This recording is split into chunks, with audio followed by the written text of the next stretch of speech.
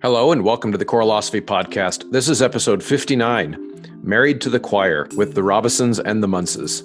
This is a special episode that comes at podcasting from a bit of a different angle.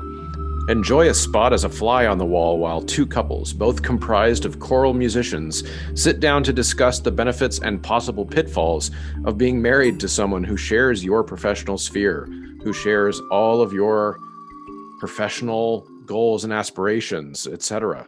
It's an interesting dynamic.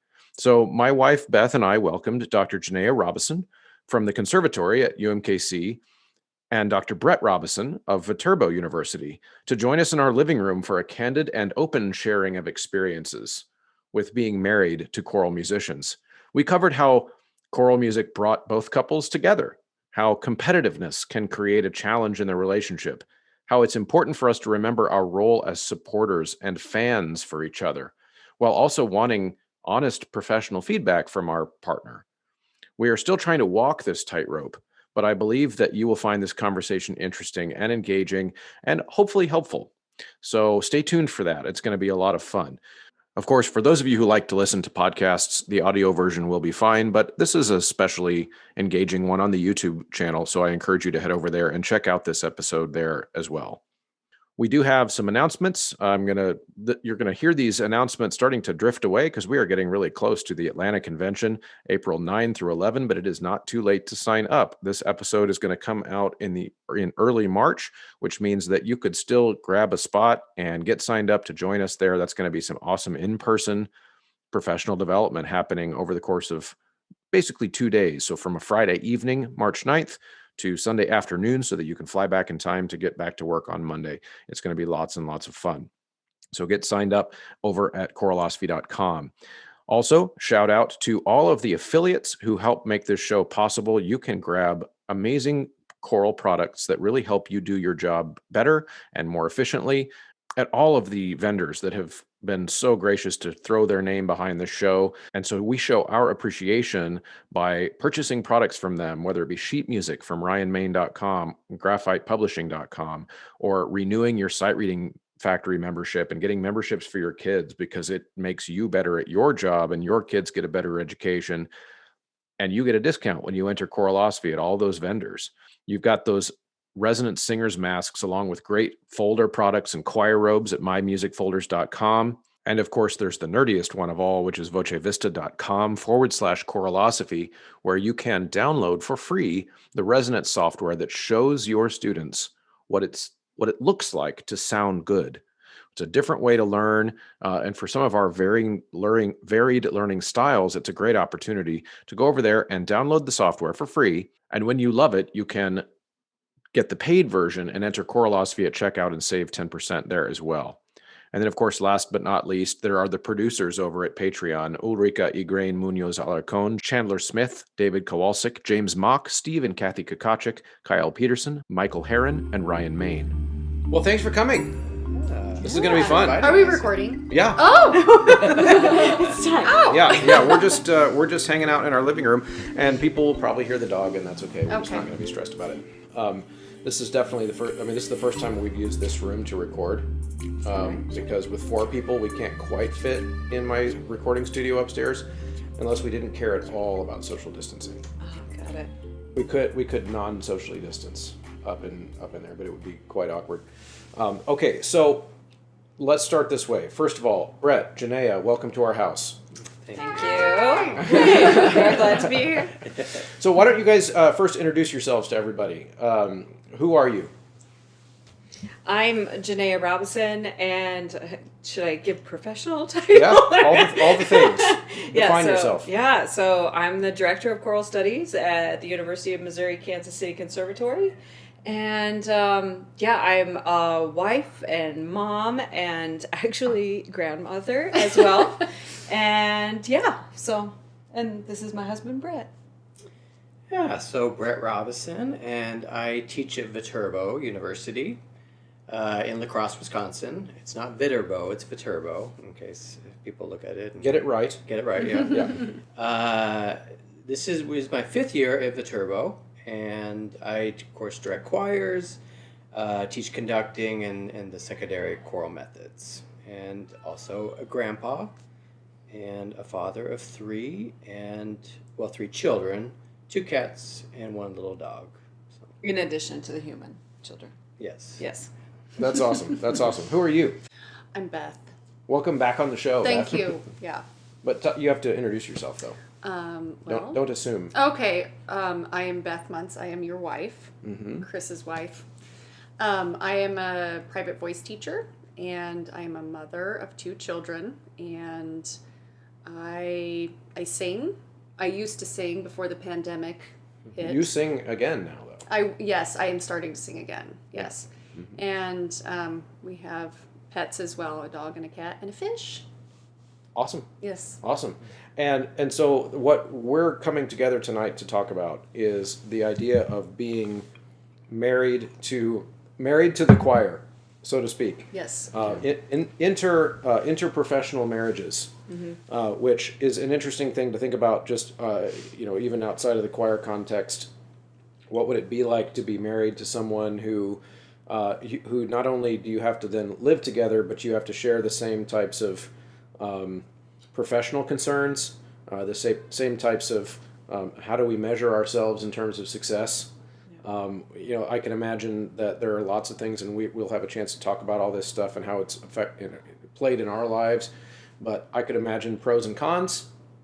There's the aspect of you could say that on the other side of things, if you're married to someone who has no idea of what it is that you do and has no appreciation for your world, then that could create challenges. Oh, for sure, yeah. But at the same time, how exactly the same can your careers be before that becomes actually a challenge? And so This is like therapy. right, yes, Right. this is marriage therapy, and so that's what we're here to talk about. So the good, the bad, and the ugly, and just kind of married to the choir.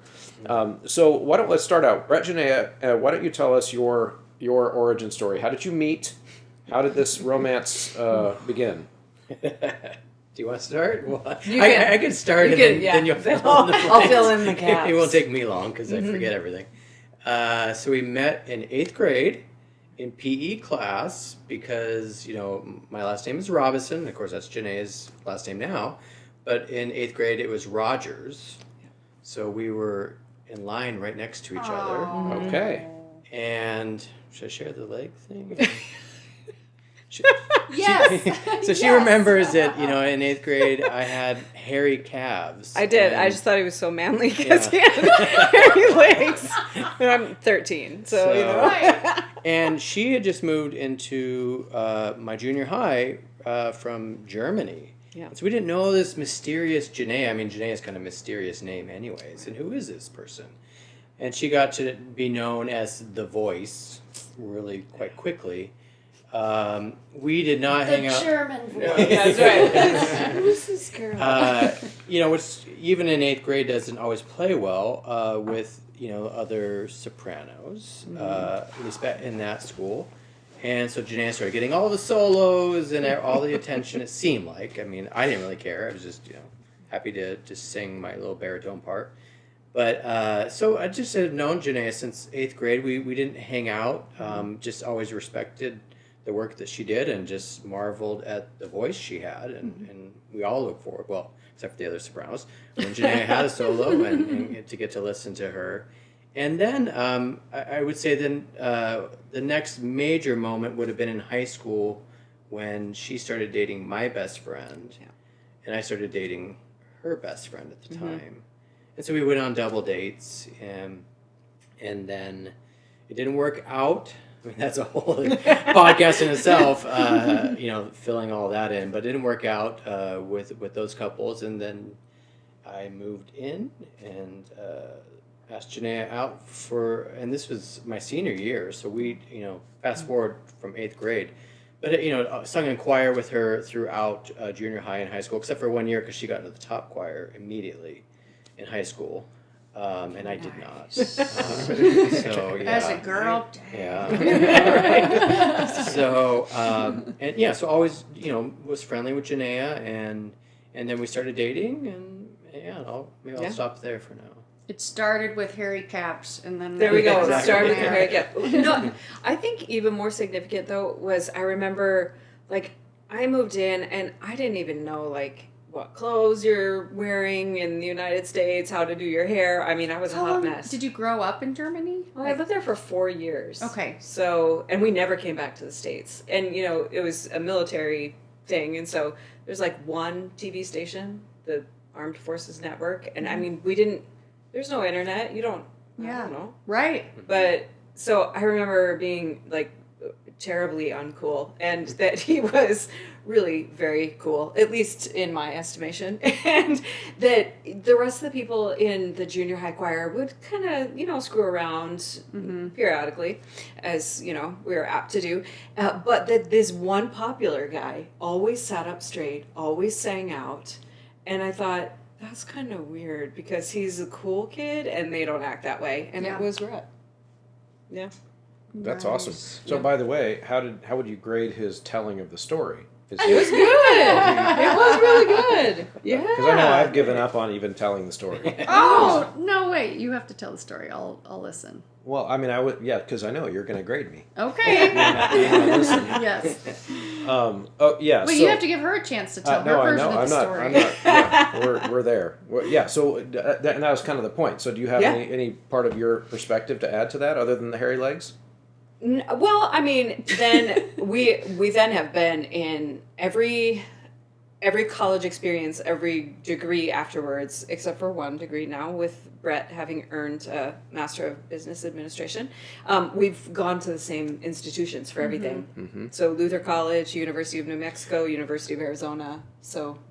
Except for that 1 year. Oh yeah, 1 year when I actually so this was kind of an epic romance. Like right after we graduate from, so people ask, "Are you high school sweethearts?" Well, like the last 3 weeks of our senior year, and then my family moved to Illinois, and I was supposed to go to college in Decorah, Iowa, at Luther College, and then you know I was so unhappy with that idea, and we had spent the whole summer together, and I moved to Illinois then, and I was just miserable. And my mom said, "Why don't you just choose to go to Pacific Lutheran University? You were already accepted there. Just see if you can go." And so, like 3 weeks before school started, I changed my mind and said.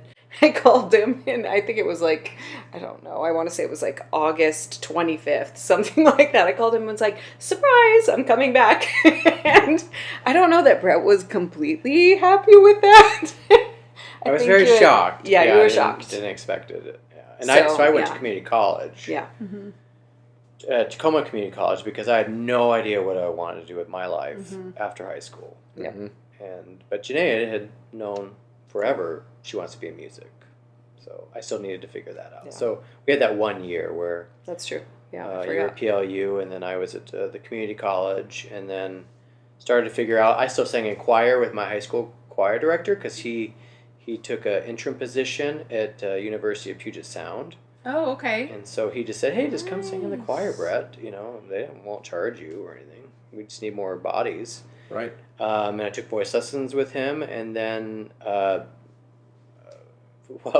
Nordic Choir was coming through touring from Luther College Nice. with Weston Noble, and Jennaya set up an audition for me without telling me, because she really wanted to know or to go back to Luther. She knew that, you know, about halfway through I think this year at PLU, she really wanted to go to Luther, and she eventually said, "I'm going to go to Luther," and I said, I wish you the very best. So I think kind of thought that would be it. The quote was, "There's no golf in Iowa." Oh, yeah, that's- yeah, so I'm not going. Okay. But yeah. So it sounds like in those early years, we're still not to the point where they're and correct me if I'm wrong, but you're more serious about the music stuff still in those early years, and Brett's just kind of along for the ride and singing because you can sing, and you start taking it more seriously later. Exactly. Yeah. And Okay. it was that year that I started to get an idea of, you know what, in reflecting, choir was the only thing I looked forward to. So why not Yeah. Yeah. do that? Yeah. Okay. You know, why not give that gift that my high school choir teacher gave me to other kids? And so then it became my mission.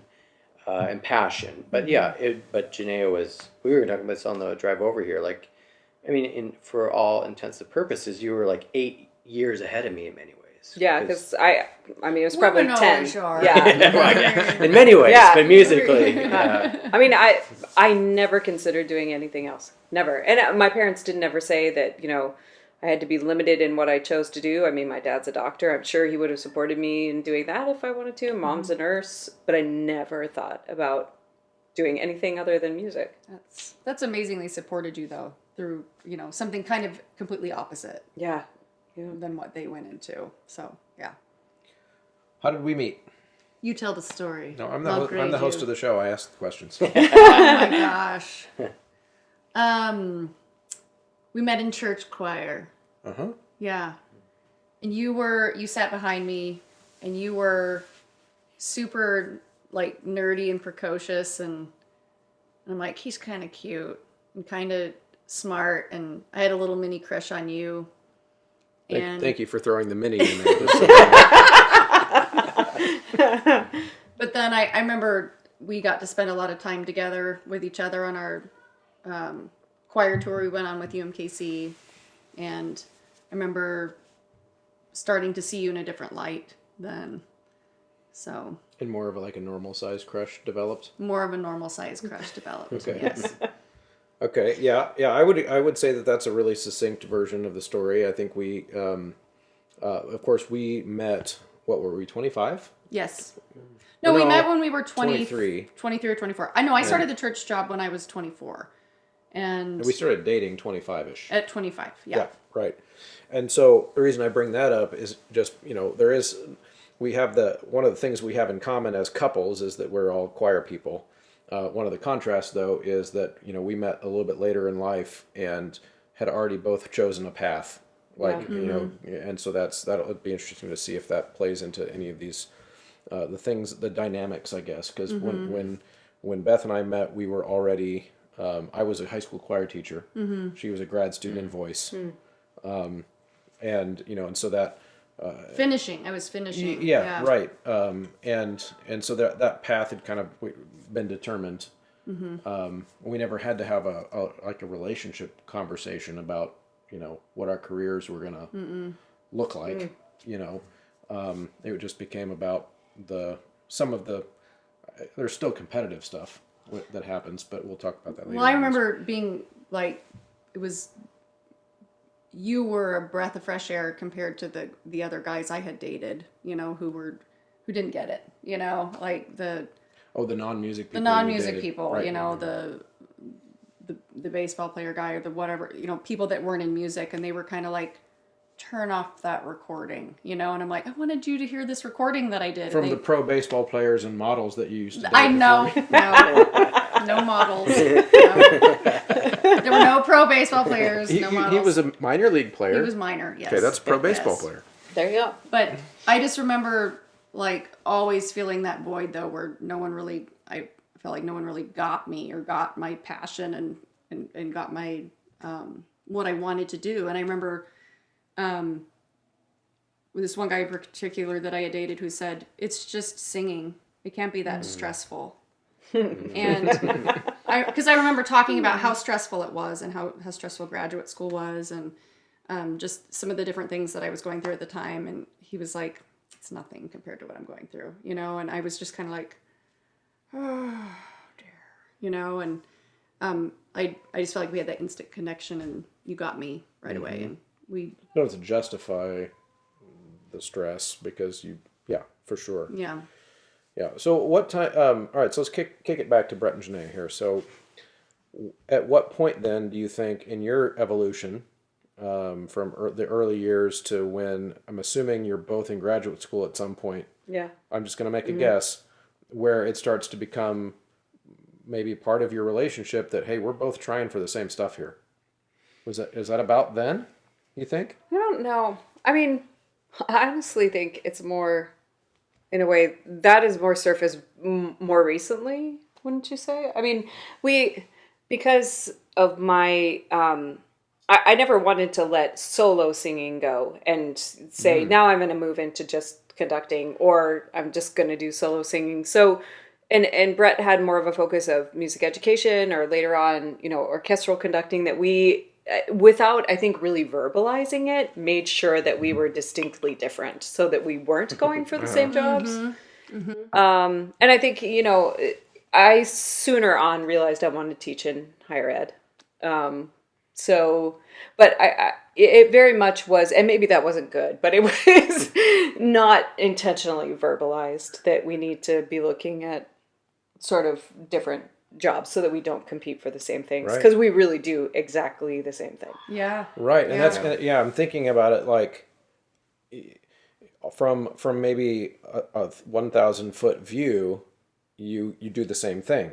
But then even within that,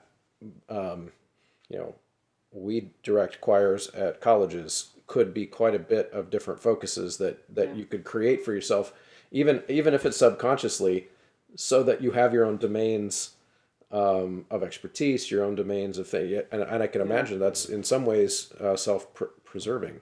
Yeah, I think so. Yeah, I mean, one example is when we were in Arizona, and that was when the economy tanked, and we finished our doctoral work.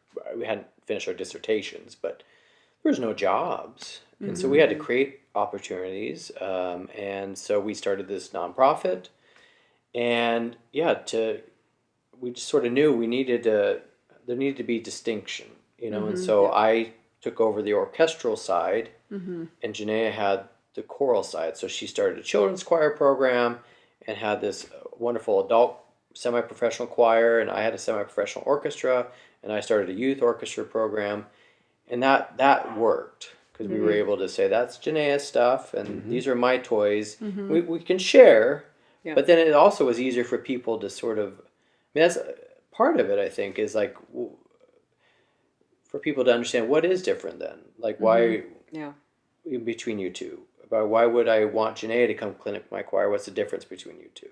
Well, I can offer this, and Jennaya is stronger in this area, and so trying to do that. I mean, again, it's hard for people who aren't in our field to understand that. It's like you just do all the same thing. And everything. But yeah. How would you guys describe that? Like, so let's say we get the Robison twins to come clinic our choirs. How would I have a fun game.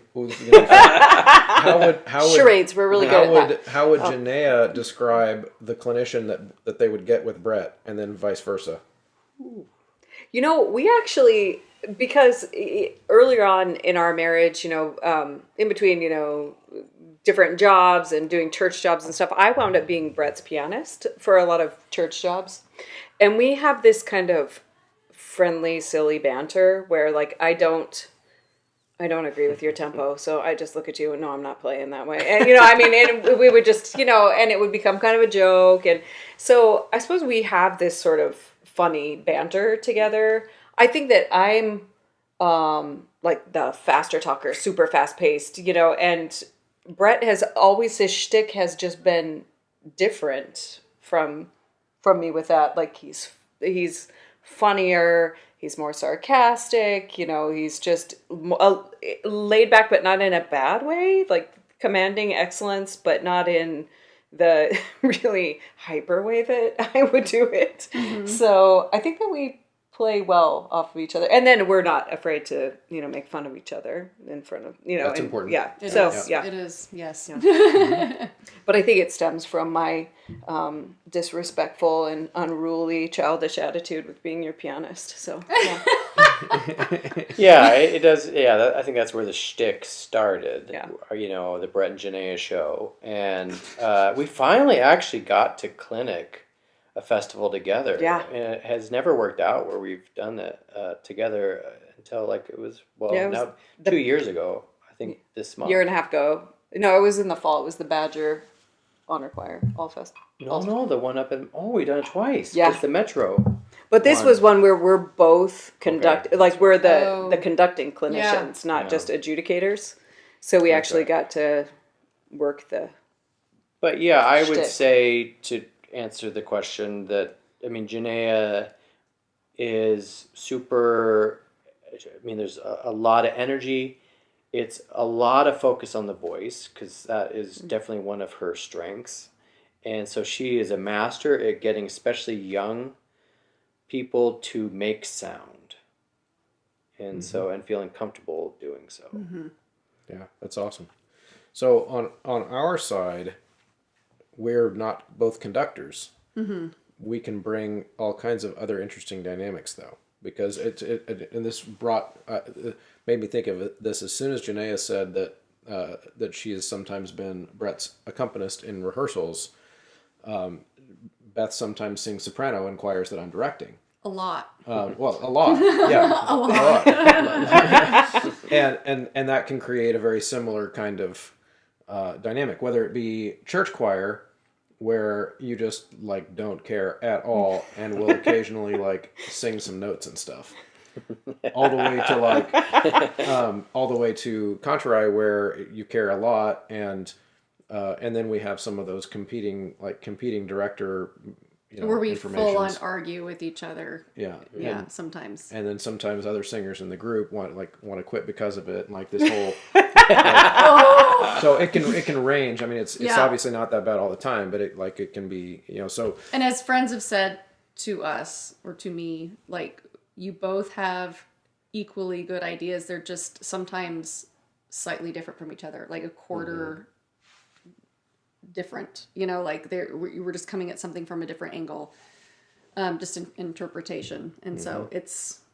Yeah, our strong personalities coming out sometimes. Right. So would you say that this? You should let them ask us questions. Yeah. They're welcome. They're welcome let to. them ask All right, the so questions. is Beth unruly in rehearsal? See, that would be me. There have been times, but I wouldn't say I would. According to you. Right. Exactly. So It's hard having your husband be the conductor, though. Yeah. Right. Because in our marriage, we are equal. In our house, we are equal. And we are in this 50%, and we parent 50% each, or we each parent 100%. And I would say you're more in charge. Here in the house, Yeah. probably, yeah. So in the rehearsal space, he is 100% in charge, and it's hard for me to step back and let go of control, and I'm used to being in charge of what my students do musically, and I have an idea in my mind, and sometimes it's hard for me to let go of that and go with that. And so, especially if it's any other conductor, it's fine. But when it's to your husband, it's just, there's that little bit of a, that, you get it. You get it. I get it. You get it. Well, I think It's a different dynamic. I mean, to the thinking about like is she unruly? I don't know if I would describe it that way. I think it's more like two things are going on. One is the dynamic she just described, and then there's the other is, and you guys could, as conductors, you could both put yourselves in this shoe, where you always have, I think in every choir we ever direct, no matter whether our spouse is in the choir or not, there is a concern that there might be someone in the choir that everyone in the choir thinks is my favorite. Oh, sure. Yeah. Right? Yeah. And in this case, I literally sleep with It one is of the the truth. people in the choir. And so You- I do. It's scandalous, right. and you heard it here. And twice. We have 2 kids.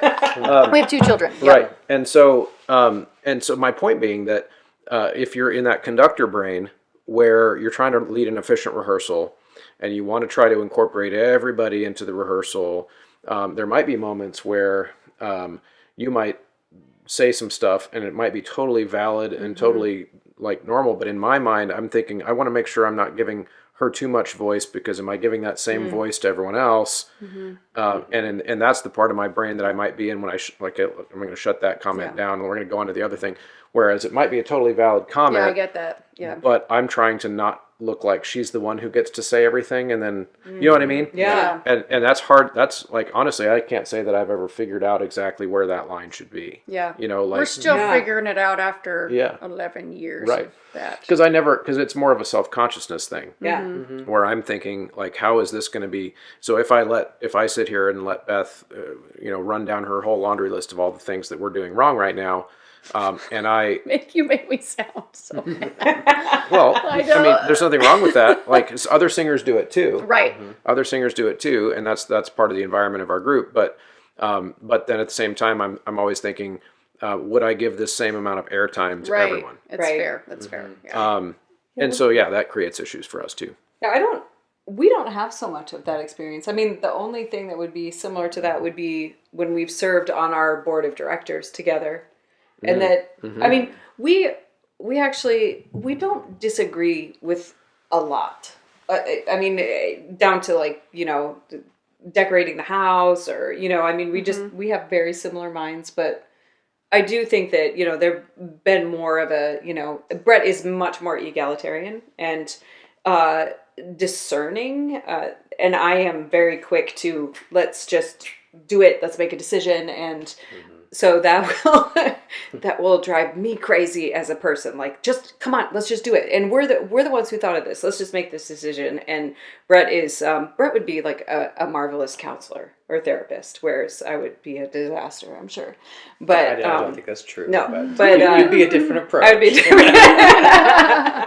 No, I mean, I suppose not in my memory can I think of a time when you've sung in an ensemble for me, other than just the occasional, will you come sing with my church choir this Sunday? True. Yeah, not on a regular basis. But yeah, I mean, Jenaya will, even recently I was just thinking, I mean, it hasn't been often because we just generally have, I mentioned to you before, Chris, that we'll have like separate church jobs, and how tough that's been on our kids at times. But so we don't sing in each other's choirs very often. But, if it's a special something, whatever, Christmas Eve service, and I don't happen to have one at 9 p.m., please come over and help us, and I'm happy to do that. But when, I don't know how Jenaya feels. I mean, I still, at this point, I mean, and we've been doing this a long time, music, conducting all, I still will, like, get a little nervous when Jenaya is out there, because I know she is thinking all the time. She, I think I would take that tempo a little faster. Or I would, so, and I think that's okay. Yeah. But I can see her mind working. Yeah. And sometimes it's not, okay, maybe that was true earlier on. But actually, I'm actually surprised with myself that, I mean, in like the strength finders test or whatever, my number one strength is competition, which doesn't sound like a good strength. It sounds terrible.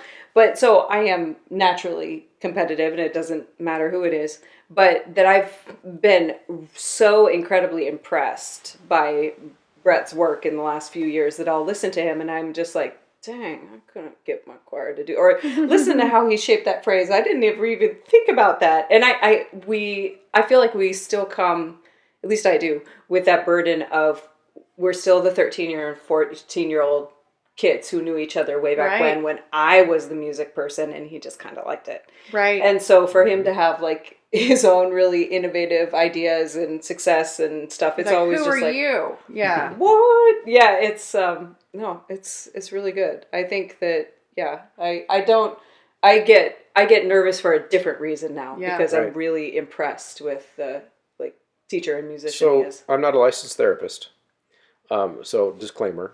But let's go deeper with that with that emotion. So you have that, and since now you've both kind of mentioned it, which is that little nagging, like I wonder if my spouse is in the audience, what are they thinking about the way I've done this work? Mm-hmm. Does that lead to conversations after the concert, and how does that go? Yeah, it goes many ways for me. It's a great question because it's something I think about a lot. More recently, that I need to be more careful about what I say after concerts, because I think it's hard to shut off that whatever you want to call it, musician's brain of you can tear apart anyone. You could tear apart a professional choir at any moment and say I don't like that. I don't like And then to go, that's not my role right now, Brett. Like, Jenaya does not... I'm the supportive I need to, like, just be like, great. Yeah. What a great, concert. I love that literature. Try to find the positives. especially right after a concert, Yeah. because we all want to be affirmed. It doesn't matter who we are. right. In that moment, Yeah. you know, everything's so heightened, Right. and there, you know, and I reflect upon that, just, you know, because a million concerts into our careers at this point, a lot of times I don't think I have said probably the right thing, you know, and I know that you've hurt me at times. Oh yeah, I'm sure. You know, I'll be like, oh, you didn't "Did you like just say that piece? I was really looking forward for you Yeah. to hear that piece Yeah. of music, or No. or I thought like my sopranos really did sound good, and you like tore them apart. Yeah, you know, or no, I didn't. No, I didn't. you know, we're talking about 25 years now of, Right. of experience, you know, of concerts and critiquing, and yeah, I'm starting to realize, you know, I need to think about what hat I'm wearing in that Yeah. moment. Yeah. Oh, yeah. That's interesting because I remember when we first started dating, Chris always told me I was his favorite soprano. Like, oh my God, your voice. Oh my God, you're my favorite soprano. And then at some point he's like, I want to play a recording of my favorite soprano. And it was not me. And I was like, who is this? And you're like, she's really good. It's my favorite soprano. And I'm like, I thought I was your favorite soprano. And you're like, I've been listening more lately and listening to other. I don't remember. I don't know. Yes! I don't know if I agree with the verbiage of the way this story's been This told. is so how it was. And I This was. might be the feeling you had. I bet she could tell you the date, the time, what you were wearing. I know what we were listening to. I was like, You don't remember who was the soprano then? Was it like Natalie Dessay or something? no, it was not Natalie Dessay. We were listening to those Bernstein songs. Jupiter has seven. Roberta Alexander. Yeah, and you were like, she's my favorite soprano. She has great diction. Okay. And Okay, and I just remember being like, what happened? What am I, chopped liver? And now, like, you've gone back to saying I'm your favorite soprano again. I don't know if something's changed. If I don't know. Or if you're just saying that, I don't know. well, no, you did. You sang again recently. After And now I've earned that role again. Well, I mean, you can't. Yeah, you're not like a soprano technically if you're not actually singing at that moment. I'm joking. Okay. No, that's interesting. So, but I think that you're probably maybe telling that story with a little bit of more. There's no hyperbole. More meaning to you than it was to me at the time. Okay. But I have to say that I can relate to everything that they were saying with the whole like critiquing each other. And I know there have been times where your group has performed MMEA or something and you thought they were so amazing. And I'm like, I didn't like your literature choice. And I didn't like your sopranos did not sound good. And I was super critical of different things. And I look back now and I'm like, that probably wasn't the best thing I could have said or the most supportive way I could have said that. And then conversely too, like after I performed something, you've come to hear me and I was looking at you in the audience and wanting you to be my biggest supporter. And you're like, it wasn't your best, or whatever. So I've never said that. Never ever said that. That's not true. That's just a generalization. I might have not been super impressed with the group you were singing in, or maybe something like that. But you were always, of course, the shining star. Okay. But okay, so no, I think that there's something interesting though from all four of us though in this, which is that we are all in some context teaching people to sing, and we do that in front of people, and then we have a spouse who in some way could build us up or tear us down in that moment, unintentionally, or whatever. But one of the things, and this might be for anyone who's listening too, because even if you're not married to a choir person or whatever, where how much of what we do, let's say you come to my concert and tell me my sopranos don't sound great or whatever, and I'm like working with high school kids, and I'm like, you should have heard them before. Right. Like right. I'm it's just like the concert. to me that was a miracle that I just worked to get them to sound like that. And you didn't hear them before. Yeah, Right. And your criticism of is the way they sound now, and like you should know better, because, right? In the same way that like if she's got a private voice student that she's been working with, and and I could pick out all kinds of technical flaws from that kid, because maybe they're even one of my students at school, but I never hear them by themselves or whatever. And you didn't hear them before, right? Exactly. Yeah. And so there's that aspect of it of, even if the two of you are subconsciously or consciously critiquing each other's phrase shapes at at a concert, there's always that reality that I think we always have to remind ourselves of, like, maybe that's not even the phrase shape that she was going for. Right. Because sometimes singers don't do what we ask them to do. They're nervous. Right. Yeah. Right.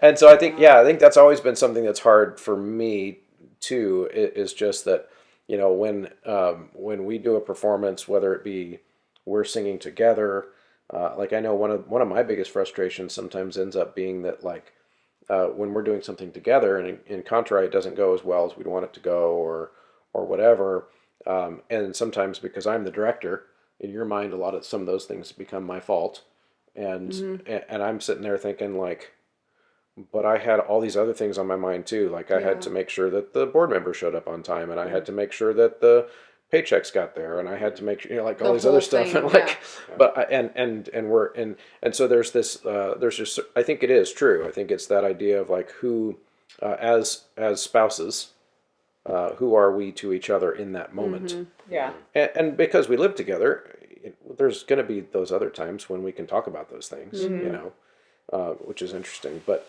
okay, so far, and we can come back to all kinds of gripey things later. But so far, we've talked about mostly gripey things. What, for you guys, what's the best part about being married to someone who you share a profession with?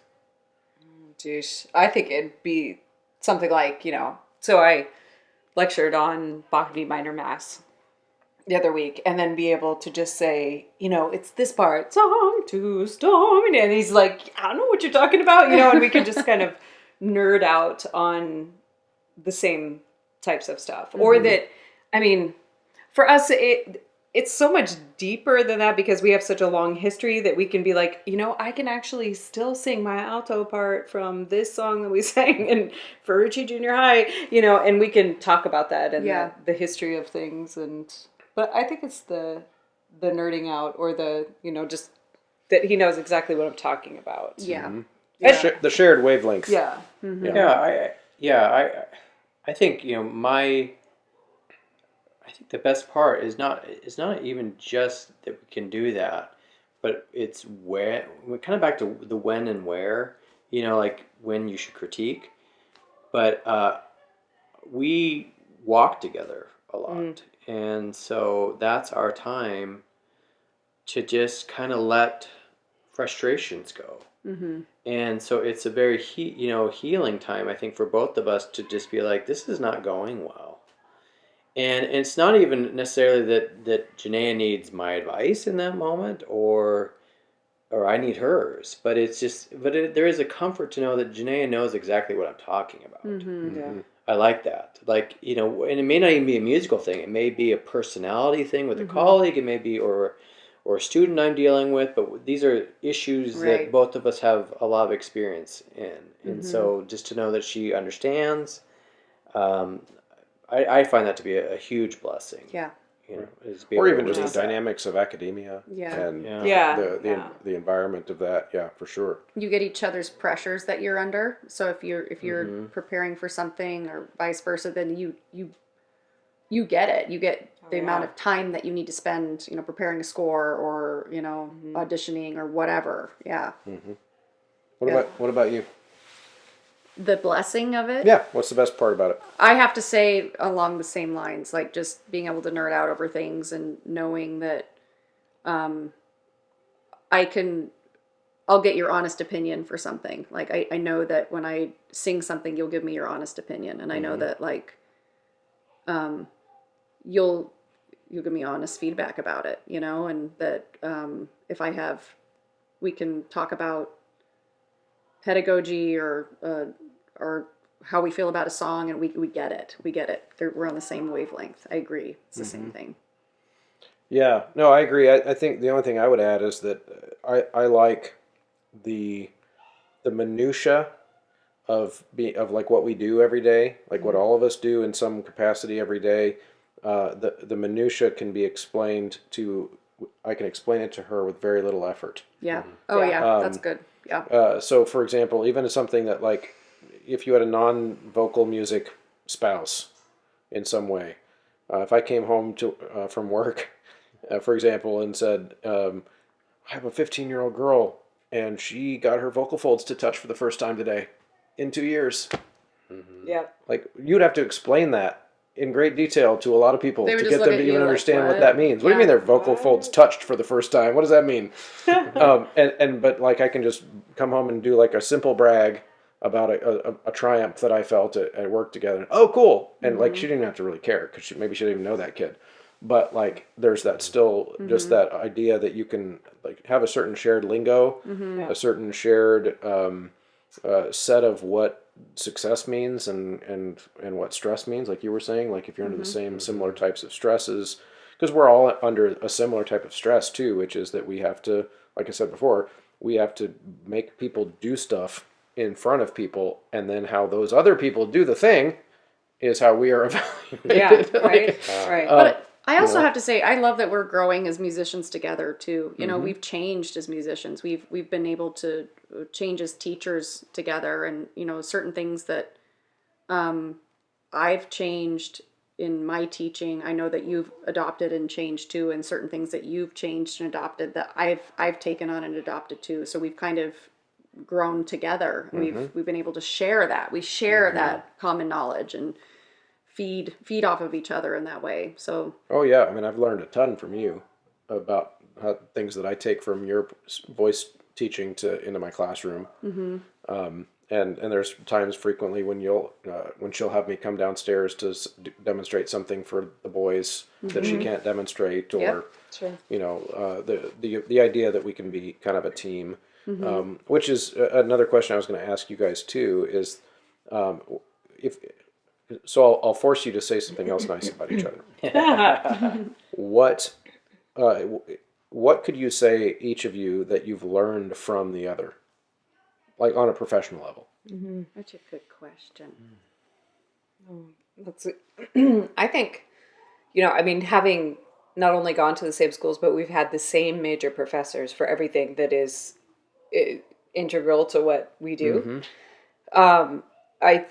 Brett has taught me a lot in the last 10 years just about efficiency of gesture, watching him and being like, oh man, I need to do it like that. I mean, just in ways that I wouldn't have thought about doing. I think also his rapport and recruitment with students, where, before I was at UMKC, I'm teaching at Luther College, where you have people who are willing to quit their varsity sports, teams to be in choir. I mean, recruitment is a constant thing there, but it's not, it's an established program. Whereas Brett goes into his job and increases the participation by 100%.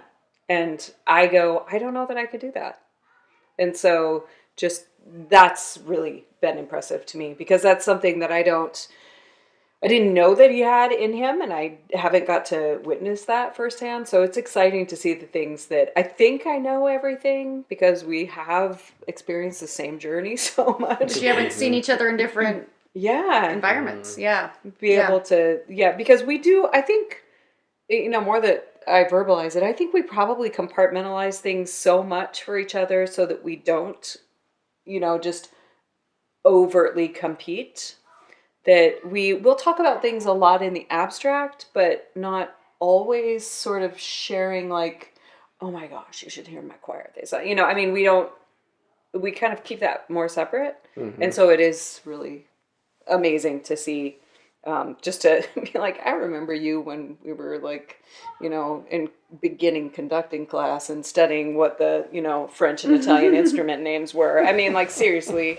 And now look at us. So, yeah. That's great.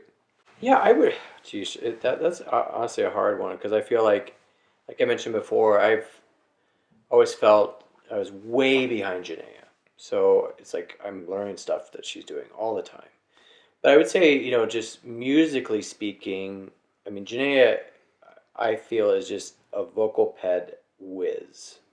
I mean, it's not just that she knows what she's talking about, but she loves it. I've just never seen someone. I mean, maybe Beth, you're this way too, but she just nerds out on this stuff. I'm like, after 5 minutes, like, can we talk about something else?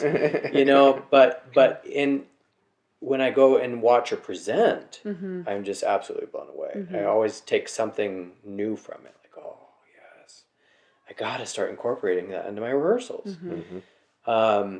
So I mean, it's like anything. When you see people so on fire about something that, to your average person, it's like, what's the big deal? Why are you nerding out about it? It's just, it's inspiring to me. And the other thing is that Jennaya, in her personal life and in her professional life, can function on no sleep.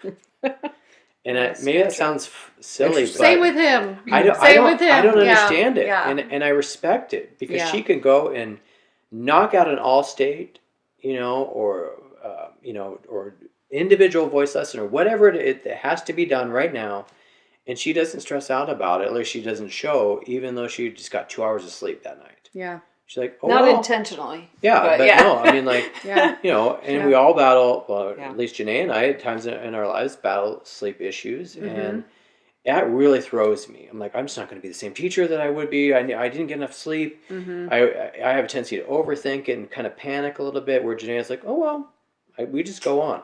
And the same thing is, she keeps an amazing house, and our kids have everything they need, and, on not a lot of sleep. Wow. And so it just has kind of inspired me as far as a work ethic of like, no, you can still get stuff done. That's so nice you said that. I don't realize that. I'm envious, but just because I wish I could be more like that, and because it's a real strength. Because there are just times, where we all get overwhelmed with life, and we have a lot of obligations, and that's not unique, to us, but she just handles it so well, and That's interesting. pushes me to do better. Mm-hmm. Yeah, I always wonder if there's something about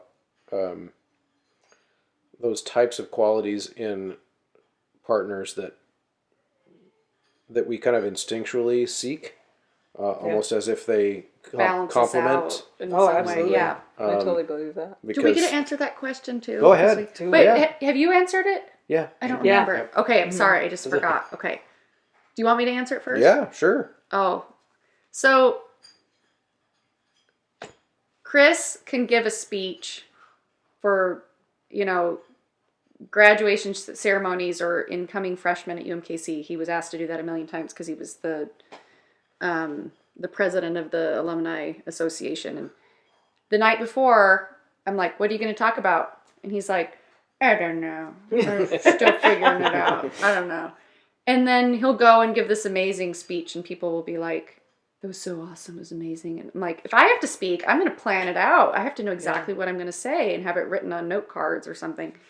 And you're just so like good and dynamic in front of an audience. And if you're stressed, it doesn't show. That's one thing, just your public speaking ability and your fearlessness, and just how focused on the future you are. You're always looking to the future on what the next thing you can do, and building the next project and the next thing. And you always have these different ideas in your mind. You're just a natural entrepreneur, and I wish I were more like that. I'm very I live in the moment, but I also kind of exist just in the next few months. You know what I mean? And so I'm not looking as far into the future. And I wish I was more entrepreneurial, and I just had more of that in me. And so I also wish I was more of a public speaker like you are. Those are qualities that I wish I had. So yeah, your fearlessness and your confidence, I wish I had. Well, and that's also interesting, because I feel like some of the things that are the way that you are, like I said before, just there's a certain amount of balance that happens, and these are the types of things that you wouldn't have known about each other when you first got married. You learn these things, even you guys, when you met young, probably. But like, for example, one of the downsides of what you just said about me, which was very nice and very sweet, and thank you for saying that. But one of the downsides is that because I'm always focused on the future, sometimes it's hard for me to be passionate about the present. Yeah. Yeah.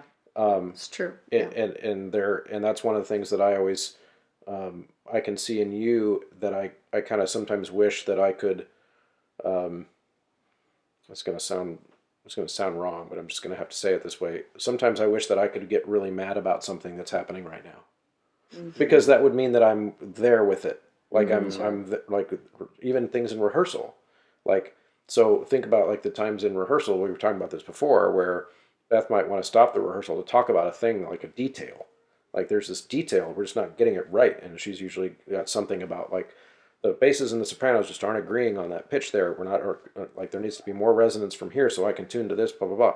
And those are all great details. Like we need to get that. But in my mind, I'm thinking about like there's the schedule of rehearsal. We got to get to this amount of things and this amount of things. And that's all 45 minutes from now.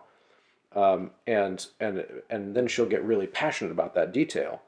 And my mind is, at 3,000 feet looking at all of the things. And sometimes I'm like, I wish I could just be. You're super macro and I'm super micro. Right, exactly. Yeah. There's like I appreciate the details too. So like, detailed. I'm very detailed. I appreciate them.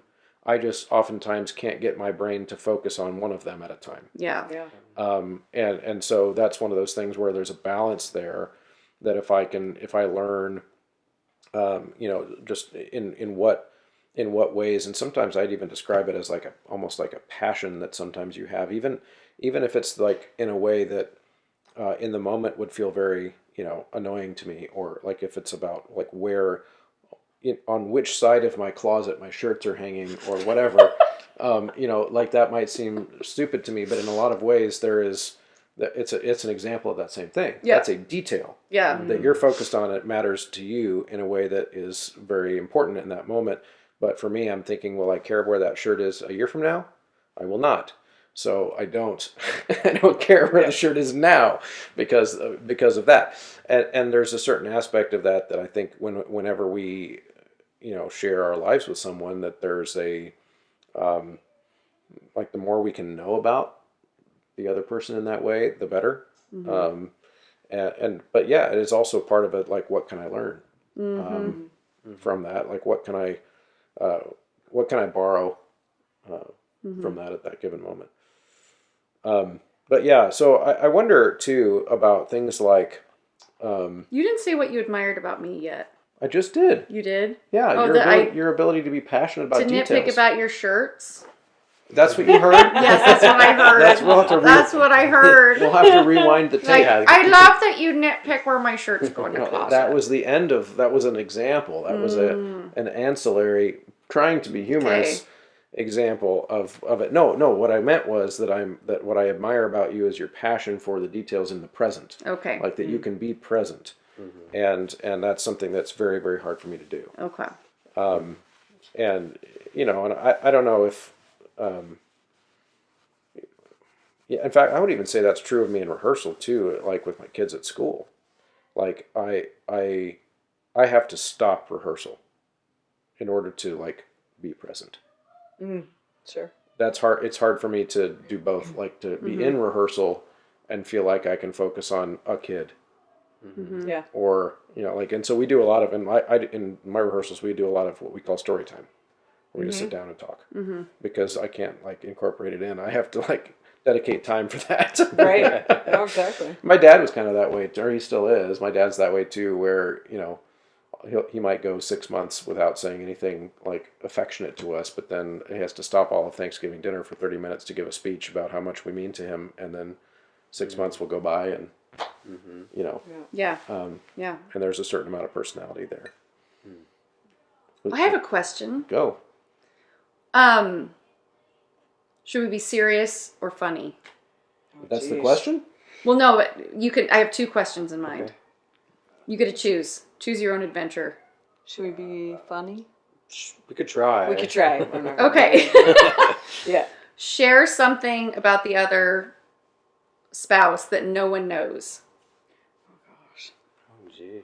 Oh man. Could be something quirky, something funny, something unique. Well, I wouldn't say that not everybody would know this, but Brett, when we first started dating, was the pickiest eater I'd ever met in my life. Like, and I come from a family where we live for food. And that was just, we ate out a lot and we tried all these different things. And my parents took like Greek and Italian cooking classes and stuff. And so to meet this person, that it was like, I will eat banana bread, but I will not eat a banana muffin, even if you put the same like batter in a muffin cup.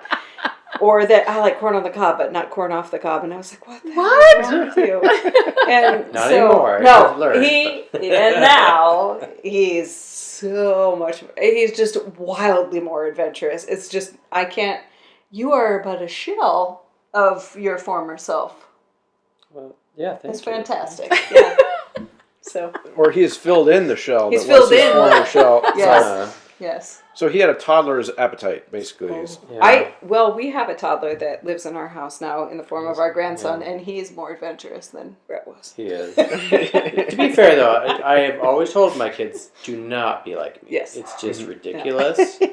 You don't want to go down this path, you know. And I think it's because my mom was just, you know, basically in many ways a single mother. I mean, my dad was hardly around in the evenings, and she did everything, and she was, you know, worked a full-time job. Superwoman. So everything was just very simple. Food was very simple in my house. Yeah. And so we just weren't adventurous. We didn't have a lot of money, so Yeah. we never ate out, and they ate out all the time growing up. Yeah. And stuff. So If you're not it's- introduced to why? different cuisines, you're not going to want yeah, to it try just them. was Yeah. scary to me. Where that was like the coolest thing, like we don't know what that is. Awesome. Let's Yeah, try. exactly. It's like I'm terrifying. trying to think of something weird about you. I know it's trying to find something that you would want shared on the internet. Right. Oh, right. Yeah. No, but Well, That's all right. We're at the end of a podcast. No one gets this No far. one gets into this the far. end. Yeah. well, I don't know that you were, you know, I mean, you mentioned it kind of at the beginning. You were an army brat. Yeah. And you know, Jennaya was Do you still speak German? rough and tough. I didn't. Well, I used to interrupted, speak I'm sorry. German. Oh, sorry. so much. But I mean, she, you know, now she's so, you know, Yeah. beautiful and, you know, dresses so classy but, you know, you see the Jennaya of her youth and she was very much a tomboy. Yeah. And She was Jennaya. like she like beat up kids like because Because they tried to hurt deserved our it, brothers. you know, Yeah, so- supposedly. Yeah. Oh, they did. You know, because they would pick on her brothers. It was But the army. you know. It was like kids just got in fights, like for legit fights. Yeah, our kids have never been in. Well, a that fight. brought up an idea. So I'm glad you said that because that brought up an idea that we now have to do. No arguments, which is that now I need to promote this episode. I need before, like then and now pictures of both of us. Oh, God! We're gonna do, Oh, God! Beginning of Cool. relationship. All right. Oh, beginning yeah. of Oh, relationship good. At least, pictures. I'm so glad You we got don't go those. back to middle school Yeah, I because was then gonna I would say. have to No, share middle like school us, pictures. like of our couple. Okay, that's great. Our We got good coupleness. ones of that. Yeah. Okay, now obviously you Yeah, had what do you have? you asked the question because Oh, I wasn't thinking in regards to us. I was just I thinking assumed of a that question. you had something Yes. you wanted to Funny. say. We need to know funny something things. unique about. Oh my gosh, I don't know. Okay, I have to think about it. You can go first. I was just thinking in regards to them. I was just thinking. I just That was a fun assumed that question. your cynical side kicked in and you were like, No, I can get something out there on Chris. no. Oh, but I can think of one. Let me think of one. I'm sure you can. You're kind of like a messy professor. What is it called? Absent-minded professor. Yeah, with just like tangled cords and like stuff everywhere, and you get your stuff done, and you're really smart, and you have all these different projects going on at once. But then I look at your desk, and I'm like, Oh, I think there's an ADD thing there that I haven't ever been diagnosed with, but I've Possibly. read a lot about that where it's the whole like people with attention deficit issues. They might be high functioning, but we have a bad sense of object permanence, and so once I can't see the object, I forget that it exists. And so I read an article about this not too long ago where my mess, and I resonated with it, which is why I remembered with it. I was like, my mess looks totally legit to me. Like it makes sense because it's my mess. Other people's messes drive me crazy. So it's oversimplifying to just say I'm messy. And because if I went into some like a hoarder's house or something, I would be really uncomfortable. I would see all the mess around. I wouldn't like it. we would be in a hoarder's But- house if it was just you, though. Well, yeah, but it'd be yeah. his It fault. wouldn't be. I wouldn't. Right. I wouldn't. I don't think I would hoard. Not hoarders. It would just be super like. Everything would be spread around. It'd be scuzzy. Yeah. It'd be very scuzzy. Yeah, it would be spread around. Yeah. And it's actually interesting because I've told people that about myself before, and like professional, like someone who only knows me in work mode, they're always very surprised by that. Right. Like the people, I think outside they picture me as somebody who would be very organized because I do so many things. And so then, like, you'd assume that, well, he's organized. He's got all these, he probably has spreadsheets and, like, all the different, like, I don't have spreadsheets. Like, when we were dating,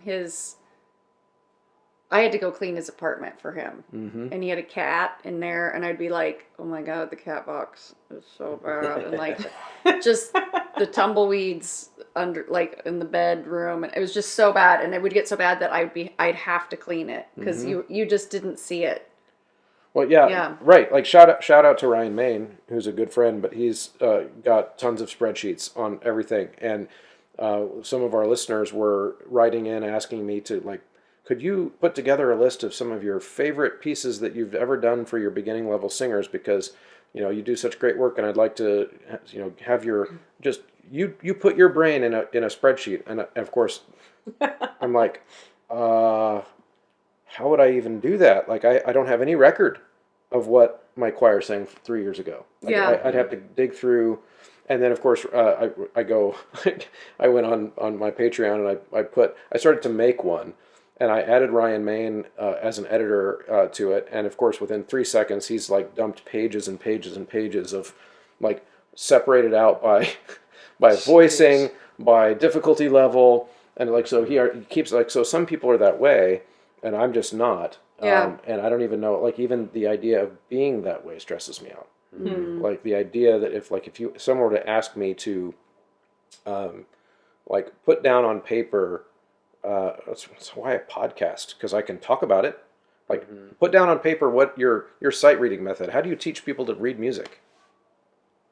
I can tell you about it, but I wouldn't ever be able to write a method book. Like, that would stress me out. So yeah, it's very much like maybe an attention issue, or I don't know what it is, but it's also why I never ever wanted to go back to school. Yeah.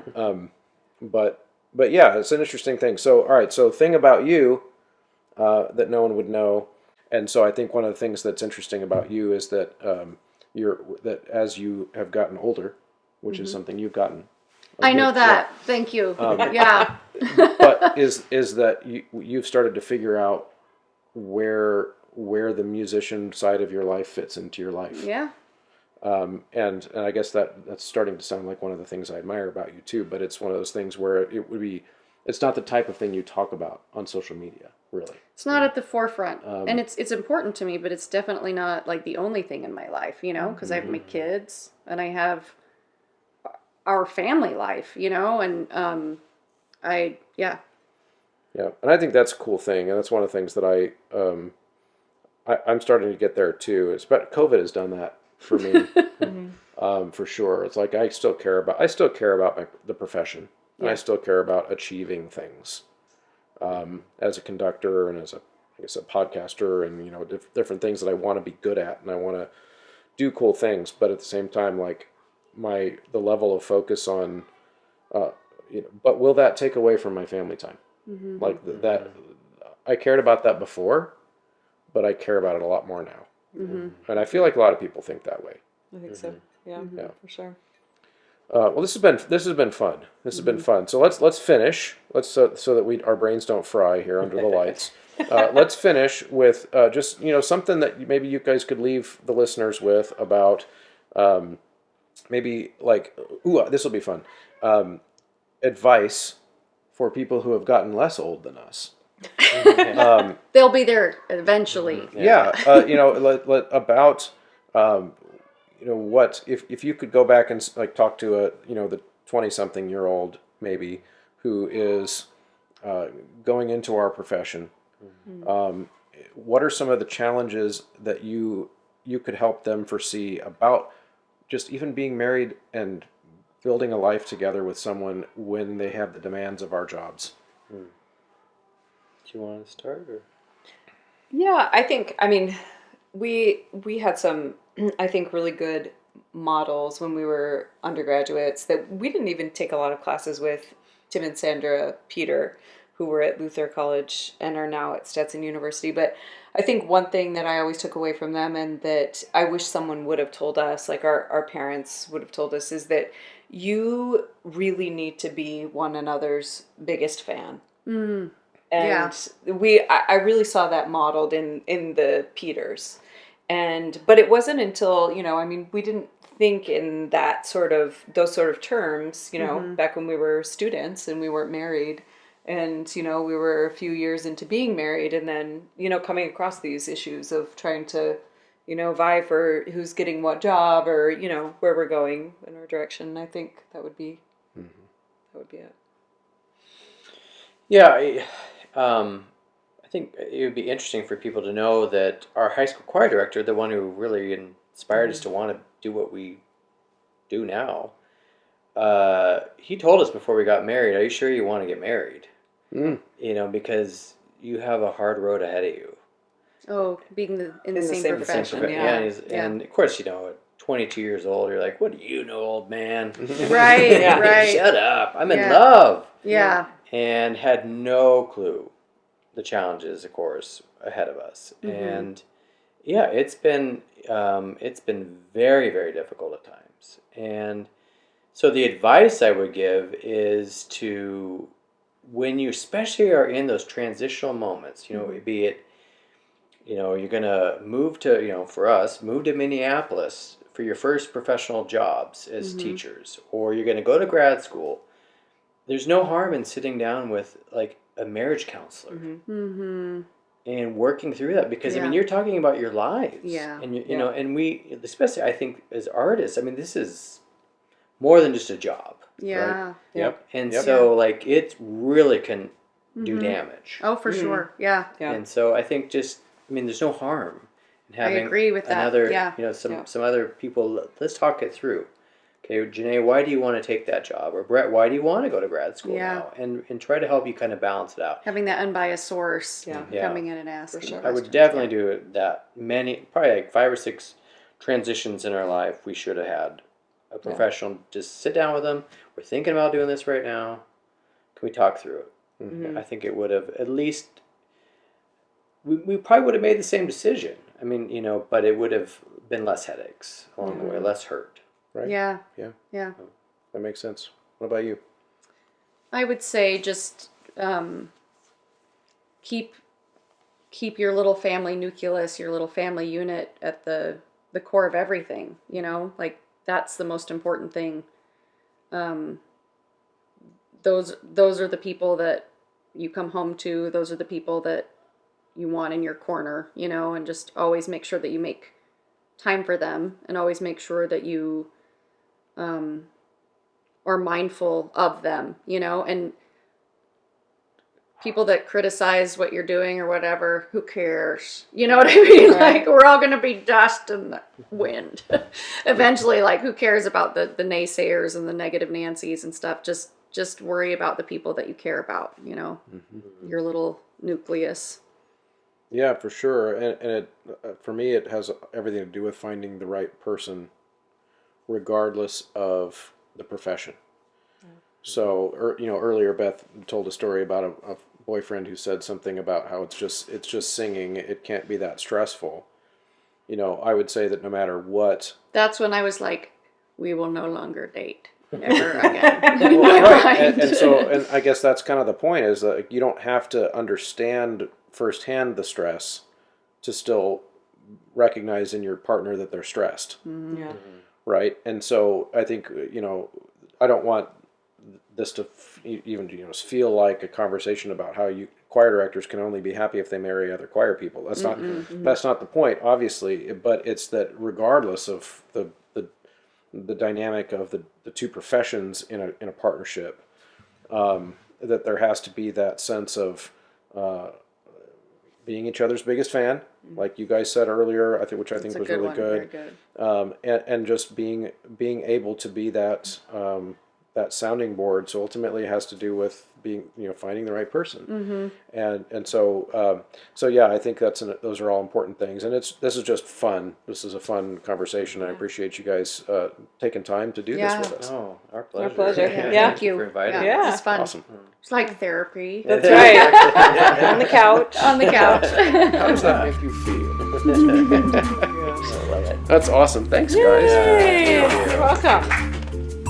Thanks as always for listening to an entire episode, but in this case, thank you for joining us in our living room. I hope you enjoyed that conversation. I know I did. It was a lot of fun to involve Beth again on the show, which was great. And then, of course, having Jennaya and Brett come over and socialize, really, but let you all be a fly on the wall. That's just a unique opportunity for us to get to know each other as colleagues. And I think that that is something I'm really passionate about, is getting to know each other as colleagues. The things that we could do at conventions, remember when those were in person, those types of conversations that, oftentimes are in the bar at the hotel until 1 a.m, right? These are how we build our collegial foundations and how we really move our profession forward, by seeing each other as really people on the same team, because we ultimately all are. So I was really grateful for Brett and Jennaya for coming over and sharing some personal and intimate things with the world, with the choral world. And I think ultimately we've got to be there to support each other as spouses,